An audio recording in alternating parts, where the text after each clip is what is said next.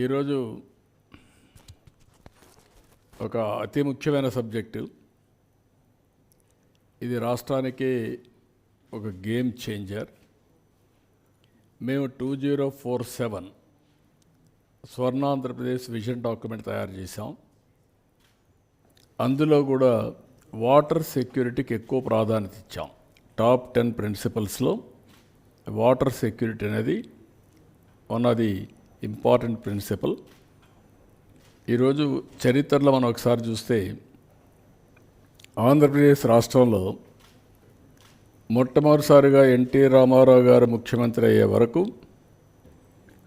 Telugu Desam party వచ్చే వరకు మాటలతోనే సాగాయి తప్ప ఎప్పుడు కూడా యథార్థంగా నీళ్లు ఇవ్వాలని ఎవరు ఆలోచించిన దాఖలాలు లేవు. First time Telugu Ganga project NT Rama Rao గారు ఆ రోజు నీళ్లు ఇవ్వాలి తమిళనాడుకు అందరూ చెప్పిన తర్వాత 3 రాష్ట్రాలు 5 టీఎంసీ నీళ్లు ఇవ్వాలని, ఆంధ్ర, కర్ణాటక, అప్పుడు సమైక్యాంధ్ర, మహారాష్ట్ర ముగ్గురు ఇవ్వాలంటే ఇందిరాగాంధీ సమక్షంలో ఒక అగ్రిమెంట్ జరిగింది.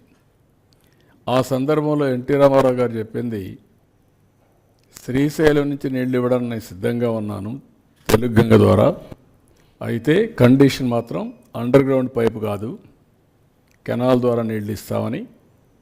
అక్కడి నుంచి రాయలసీమలో ఫస్ట్ టైం తెలుగు గంగ ద్వారా నీళ్లు తీసుకొచ్చిన వ్యక్తి ఎన్టీ రామారావు గారు. ఈరోజు ఏ ప్రాజెక్టులైనా మీరు తీసుకుంటే అటు తెలంగాణ కానీ మిగిలిన రాష్ట్రంలో కానీ 90% ఆఫ్ ది ప్రాజెక్ట్స్ తెలుగుదేశమే స్టార్ట్ చేసాం, తెలుగుదేశం పార్టీనే పూర్తి చేస్తున్నాం. గండికోట కావచ్చు,